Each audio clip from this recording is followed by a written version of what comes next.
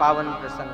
અને ત્યાર પછી રામકથાનું ચોથું કારણ બતાવતા ગોસ્વામી તુલસીદાસજી કહે છે, ભગવાન શંકર માં ભવાનીની કથા કહેતા કહે કે દેવી, આ સૃષ્ટિના આદિ માતા પિતા મનુ મહારાજ અને શત્રુપાજી છે.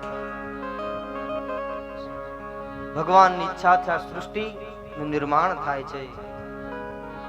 એકોહમ બહુશ્યામી થવાની ઈચ્છા થાય પરમાત્માને, ત્યારે આ પ્રપંચ દુનિયા બનાવે છે. શાંતાકારમ ભુજગશયનમ પદ્મનાભમ સુરેશમ વિશ્વાધારમ ગગન સદૃશમ મેઘવર્ણમ શુભંગમ લક્ષ્મીકાંતમ કમલનયનમ યોગ વિદ્યાવિગમ્યમ વંદે વિષ્ણુ ભવભયહરણમ સર્વલોકૈકનાથમ. ભગવાન શ્રી હરિ શેષ નારાયણની છૈયા ઉપર બિરાજિત છે.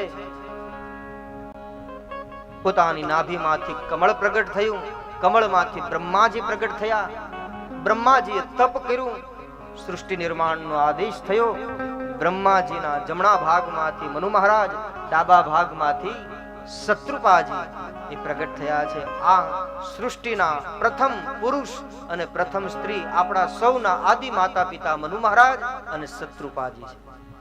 એનો જ આખો સંસાર છે. આખા જગતમાં જે કઈ વંશ છે એના જ વંશની કથા છે, જે મનુ મહારાજ અને શત્રુપાજી. સમગ્ર માનવ જાતિના એક જ મા બાપ છે. એમની સૃષ્ટિ નિર્માણ કરવાનું ભગવાને આદેશ કર્યો. એમને બે પુત્ર ઉતાનપાદ અને પ્રિયવ્રત, 3 દીકરીઓ આકૃતિ, પ્રસ્તુતિ અને દેવહૂતિ. દેવહૂતિના લગ્ન ભગવાન પેલા કરદમ ઋષિ સાથે થયા, જેમને ત્યાં ભગવાન કપિલ નારાયણ પ્રગટ થયા, જેને સાંખ્ય શાસ્ત્રનું બોધ જગતને આપ્યું. પાવન ચરિત્ર છે. જે મનુ મહારાજ અને શત્રુપાજી ચોથી અવસ્થામાં આવ્યા છે. ચોથી અવસ્થામાં પોતાનું રાજપાઠ બધું પોતાના પુત્રોને સોંપી અને વનમાં ભગવાનનું ભજન કરવા માટે જાય છે. ધેનુમતી નદીના તીરે કઠિન તપશ્ચર્યા કરે છે. ભગવાન એના તપથી પ્રસન્ન થઈ અને પ્રભુ દર્શન આપે છે, વરદાન આપવાનું કહે છે.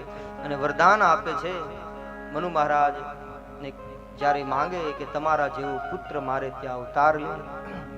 ભગવાન કહે, મારા જેવો પુત્ર આ જગતમાં બીજે ક્યાંય નથી, માટે હું જ તમારે ત્યાં પુત્ર બનીને આવીશ. તમે જ્યારે ત્રેતાયુગની અંદર અયોધ્યામાં દશરથના રૂપે હશો ને તમારા ધર્મપત્ની શત્રુપાજી કૌશલ્યાના રૂપમાં, ત્યારે હું રામ રૂપે શ્રીધામ અયોધ્યામાં તમારા પુત્ર રૂપે અવતાર ધારણ કરીશ.